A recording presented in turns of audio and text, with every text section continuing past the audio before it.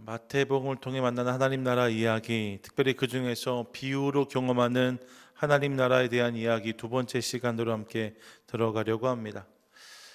지난 시간에도 비유를 통해서 씨 뿌리는 자의 비유를 통해서 천국에 대해서 말씀하셨는데, 이어지는 본문은 또 다른 두 가지 비유를 통해서 천국에 대해서 말씀해 주세요.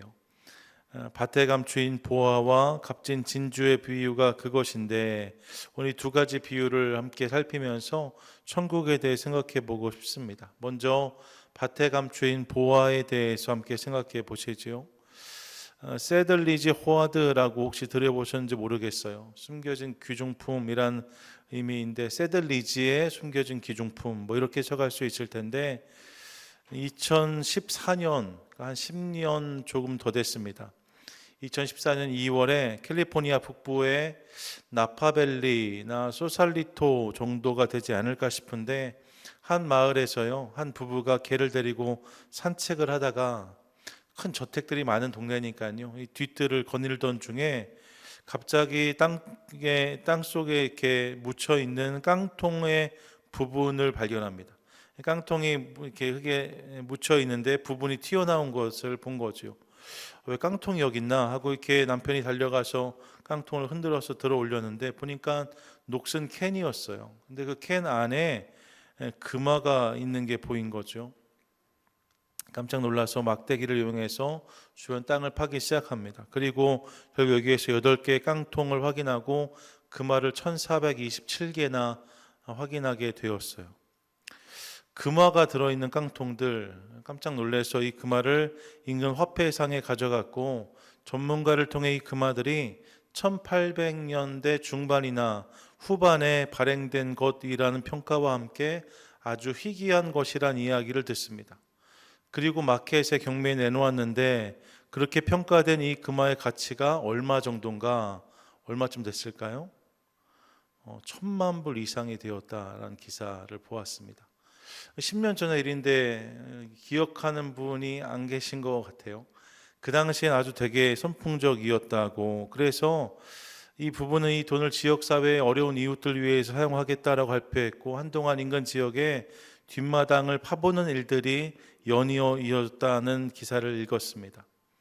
상상해 보세요. 우리 집 뒷마당에서 캔을 발견했는데 1000만 불 되는 가치가 있다. 생각만 해도 예, 웃음이 나오는 이야기 아니겠습니까? 예수님이 비슷한 이야기를 들려주시는 거죠. 밭에 감추인 보화에 대한 이야기입니다. 본문 44절이 이렇게 말씀해요. 44절 함께 읽겠습니다. 시작. 천국은 마치 밭에 감추인 보화와 같으니 사람의 일을 발견한 후 숨겨두고 기뻐하며 돌아가서 자기의 소유를 다 팔아 그 밭을 사느니라. 아멘. 천국에 대해서 말씀하시는데, 천국은 이라고 말씀하신 다음에 마치 밭에 감추인 보화와 같다라고 하십니다. 천국이 밭에 감춰져 있는 보화와 같은 것이다라고 말씀하신 거예요. 여기서 보화란 단어는 데사우로스란 단어인데, 기본적으로 보물 상자나 금고나 보물을 의미합니다. 값진 어떤 것이라는 거예요. 그런데 이 보화가 그냥 보화가 아니라 감춰진 것이라고 말씀하십니다.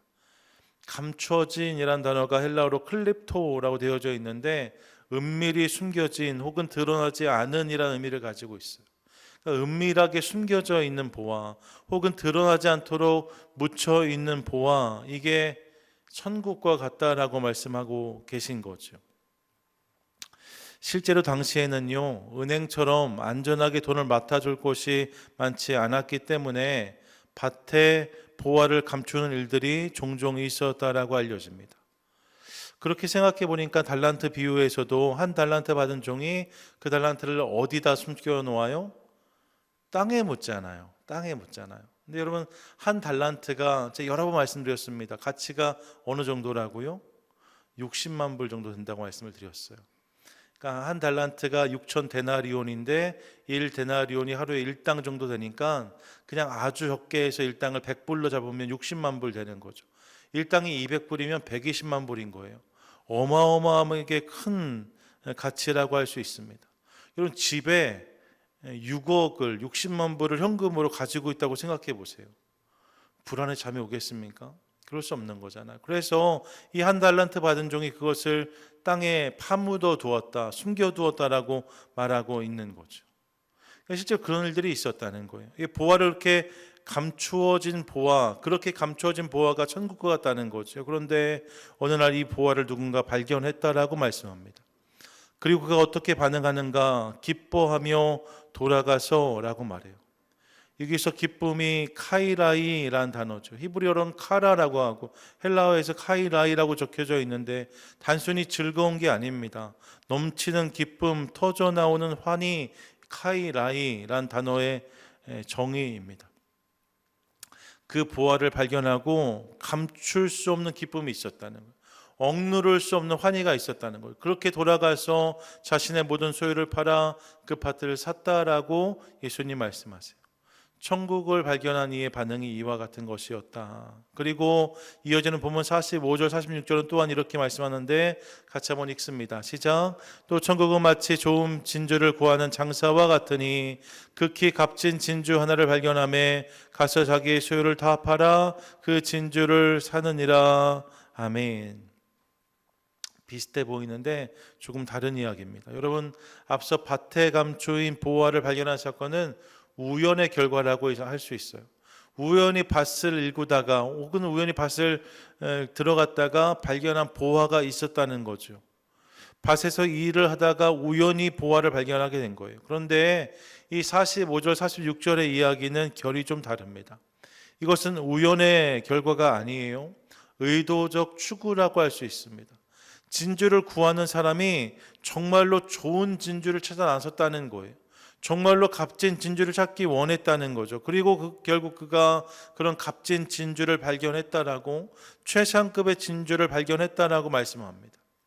다른 진주와는 비교할 수 없는 진주인 거죠.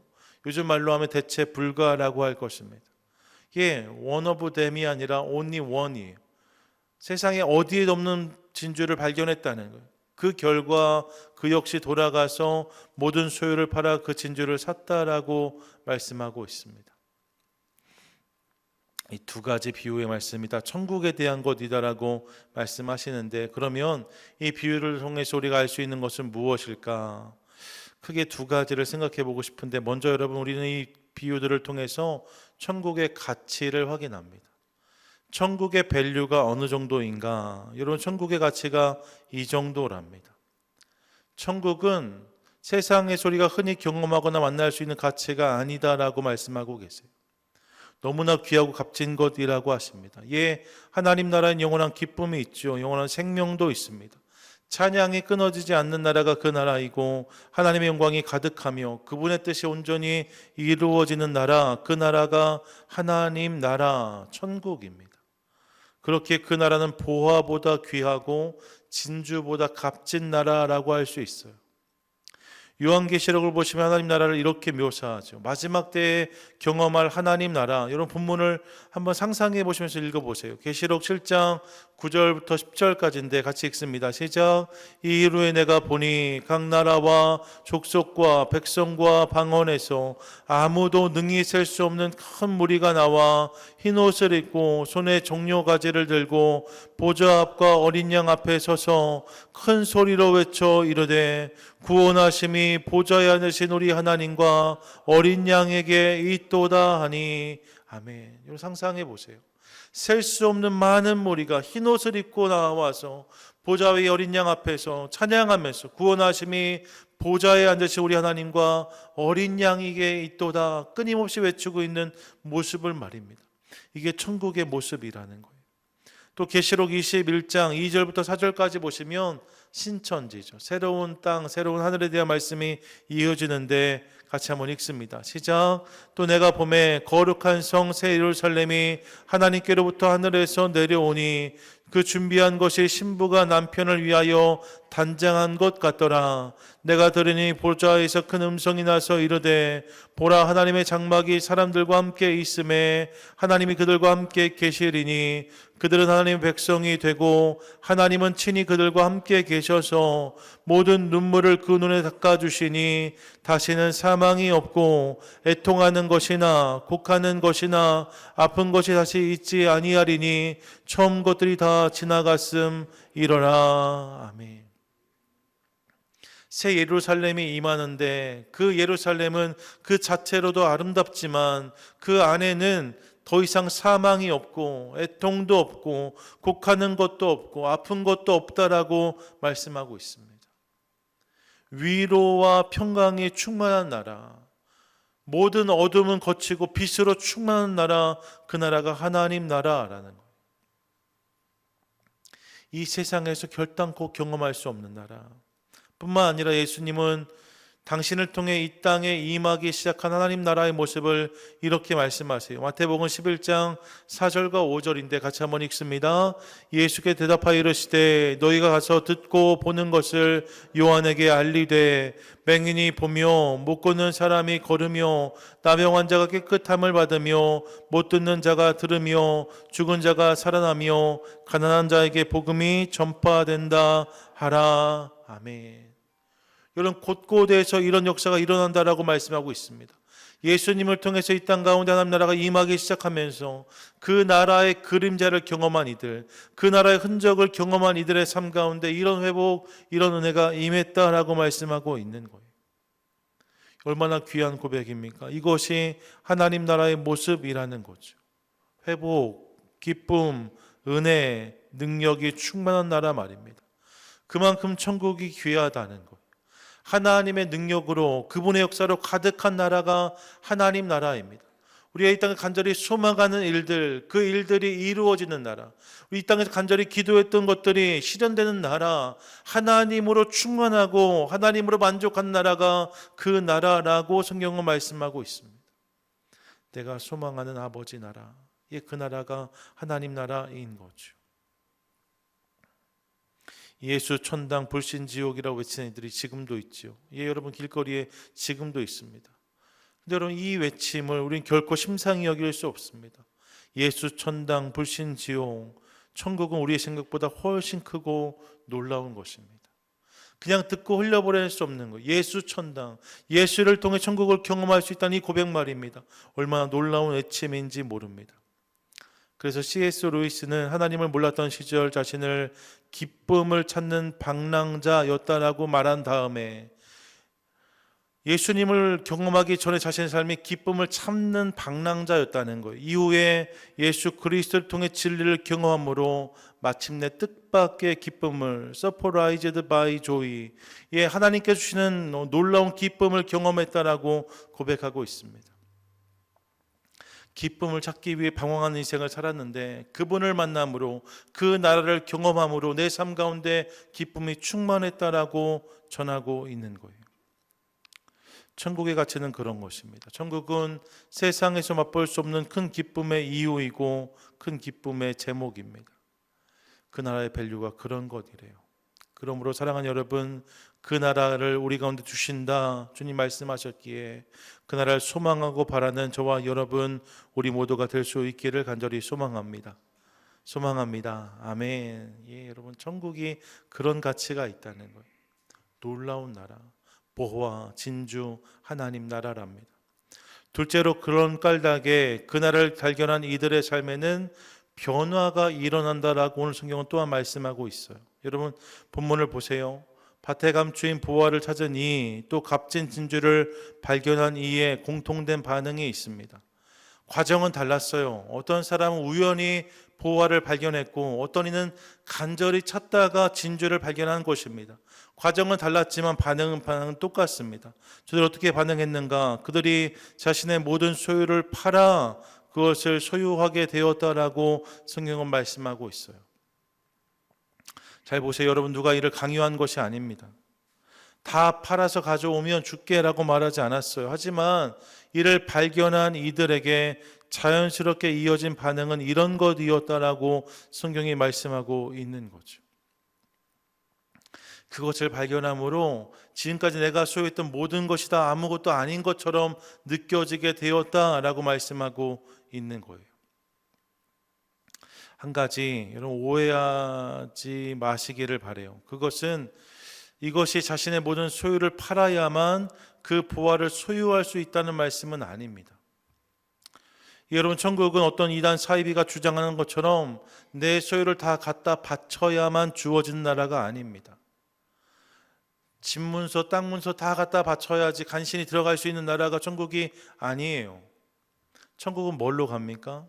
믿음으로 가는 거잖아요. 그러니까 모든 소유를 다 팔아야만 그 땅을 소유하는 게 아닙니다. 실제로 그레이스 커뮤니티 처치의 존 메가더 목사님은 그의 책 하나님 나라의 비유에서 유대 법에 의하면 밭의 주인이 알지 못하는 보화가 발견된 경우에, 그러니까 주인이 모르는 보화가 밭에서 발견된 경우에 그 소유권이 누구에게 있는가, 그 보물을 발견한 사람에게 있다라고 설명합니다. 이게 그 당시 유대법이었다는 거예요. 대가를 지불해야만 그 보화를 소유할 수 있는 것이 아니라 그냥 이렇게 무지대 땅에서 주인이 알지 못하는 보화를 발견하면 그것을 발견한 사람이 그 보화를 소유할 수 있는 거죠. 보화는 발견한 자의 것인 거예요. 하지만 그럼에도 불구하고 보화가 주는 기쁨이 너무나 큰 것이었기 때문에, 또 혹시 모를 논쟁의 여지도 남기지 않기 위하여서 그는 기꺼이 돌아가 자신의 모든 소유를 처분한 것이라고 존 메가더 목사님은 설명해요. 충분히 타당성이 있다고 생각합니다. 여러분, 그것을 다 팔아야만 그 땅을 소유할 수 있는 게 아니에요. 하지만 그 보화를 발견하니, 그 진주를 발견한 이의 삶 가운데는 그런 변화가 따라오기 마련이었다는 거예요. 왜냐하면 그 기쁨이 너무나 큰 것이었기 때문에 그렇습니다. 예, 하나님 나라를 발견한 자에게는 이런 기쁨이 있습니다. 그래서 그것이 너무나 귀하기 때문에, 너무나 크고 기쁘기 때문에 그 자연스럽게 다른 것들을 아무것도 아닌 것처럼 여기는 모습이 이어지게 되어져 있는 거죠. 그래서 바울은 이 복음을 얻기 위해 자신의 모든 것을 배설물로 여긴다고 고백했어요. 빌립보 3장 8절인데 같이 한번 읽습니다. 또한 모든 것을 해로 여김은 내 주 그리스도 예수를 아는 지식이 가장 고상하기 때문이라. 내가 그를 위하여 모든 것을 잃어버리고 배설물로 여김은 그리스도를 얻고, 또 그 안에서 발견되기 위함이다 라고 말씀하잖아요. 그분이 너무 귀하기 때문에, 그분을 통해 경험하는 하나님 나라가 너무나 감격이기 때문에 그분이 그것을 요구하지 않으셨음에도 불구하고 그동안 내가 붙잡았던 모든 것을 다 해로 여긴다, 배설물로 여긴다 고백하고 있는 바울의 고백을 듣습니다. 그것을 만난 이들의 당연한 반응인 거예요. 진짜를 만나면 반응하기 마련인 거예요. 진짜를 만나면 변화되기 마련인 거예요. 그런 변화가 천국을 경험한 자들의 삶 가운데 있다라고 예수님 말씀하고 계세요. 실제로 예수님을 통해 천국을 경험한 자들의 모습을 기억해 보십시오.